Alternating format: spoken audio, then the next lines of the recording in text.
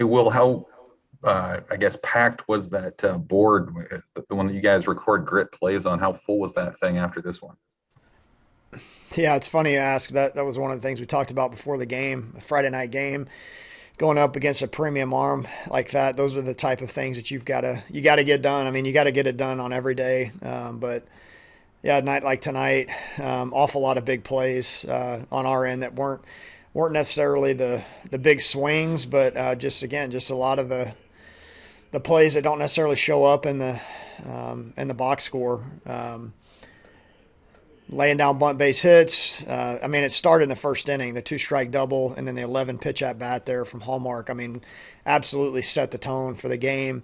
Moving the runner over, and then Schwelly putting the ball in play with two strikes. Yeah, and there was, one of the things I told the team after the game was it would have very easily could have been one of those days where you look up and go, man, we were so close. Bryce Matthews just missed hitting two 3-run home runs in the first four innings of the game.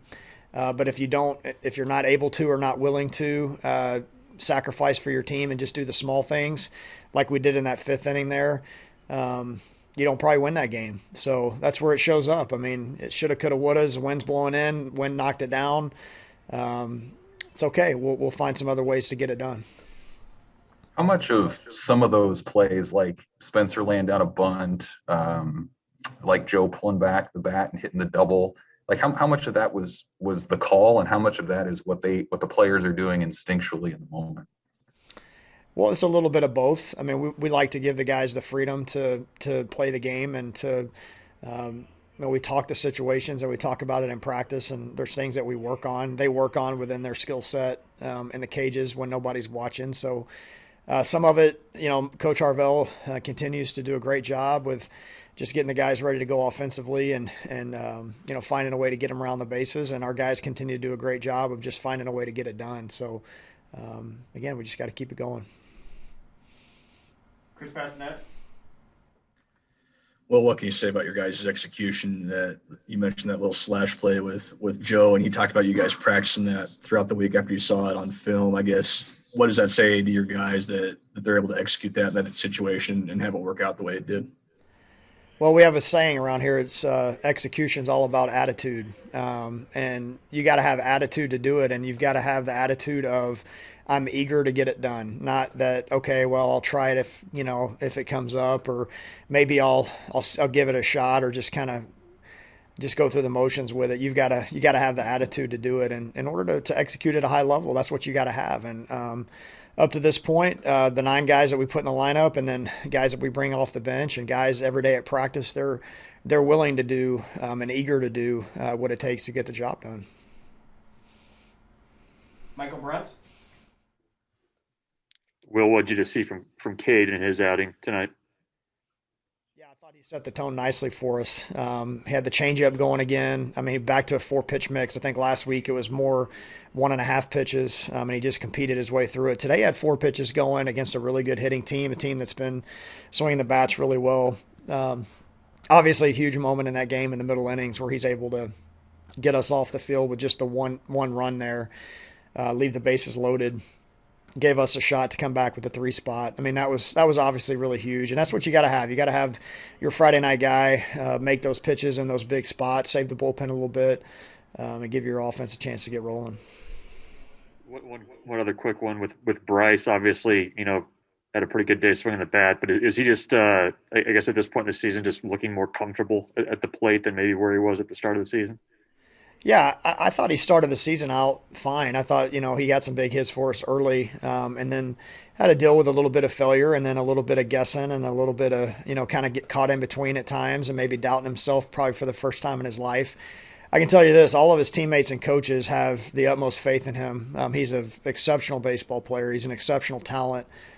He works incredibly hard. He's an amazing teammate. When he wasn't playing every day, never missed a beat, right there behind his brothers. I mean, it's one of those guys. I mean, he's a really good player. And right now what you're seeing with the confidence is just a little more commitment in his approach and with his swings. And when you take committed swings, when you've got bat speed and strength, you got a chance to drive the ball. And like I said, I mean, he just missed having a 3-home-run game and ended up still driving in a couple runs. At this point in the season, are guys like Anderson and Matthews, are they seeing different pitches at the plate than maybe what they were a month ago? Yeah, I think you just always have to evolve and adapt as a hitter. You get the more information gets out there. But again, I think at the end of the day, I know at the end of the day, it always just revolves back to doing what you do best and just sticking with that and just being that guy and trusting that that's going to be good enough. And they may get you sometimes, but if you're committed enough to what you do and your approach and your at bats, then you got a shot when you got some talent, and that's what you're seeing with those freshmen. Just stick with their approach, keep coming, and you've seen it up and down the lineup as well. All right, a couple more. Evan Bland. Will, are you guys to the point in your lineup that you kind of like it where you have kind of a set top six and then you're able to rotate kind of that bottom third, based on matchups or hot hands or things like that? Is that about where you guys want to be in terms of kind of defining roles for guys in this offense? I think so. I mean, I think we've settled in and had a nice stretch here where we're able to score some runs and put together some big innings and consistent scoring with those top six in the order. And then, that, like you said, depending on who's catching that day, maybe some matchups left, right at the plate or on the mound. I'm sorry. Maybe can determine some of the other spots in the lineup. But again, a guy like Roscom stepping in and playing first base at a pretty high level. I mean, incredible plays there by him defensively, drew 3 walks. I mean, again, those guys are just finding a way to get the job done even when they're not necessarily getting a lot of hits. All right, last one, Cole Peterson. Hey, Will, just what do you have to say about Shullenbach today and his performance, knocking in 3 runs and then obviously coming in there the ninth and closing the door on Maryland? Yeah, I mean, it's a case of a guy who's a really talented player who's playing for the team and doing what it takes to get the job done for the team day in and day out. He's not worried about anything else. He's just going out there and competing with his teammates. And he's talented, and he just shows up ready to play every day. And he's played an exceptional shortstop. Moving the baseball with 2 strikes, like you said, in the first inning. They get a pop-up when it's second and third, nobody out, trying to swing the momentum back in their direction. Hits a flat ball to the middle of the field, lays down a bunt for a hit, and then comes and closes the game. So super talented player, but the thing I'm most proud about with Spencer is he's just doing everything with the team at the front of his mind. And you do that, then good things happen, especially when you're a great player like he is.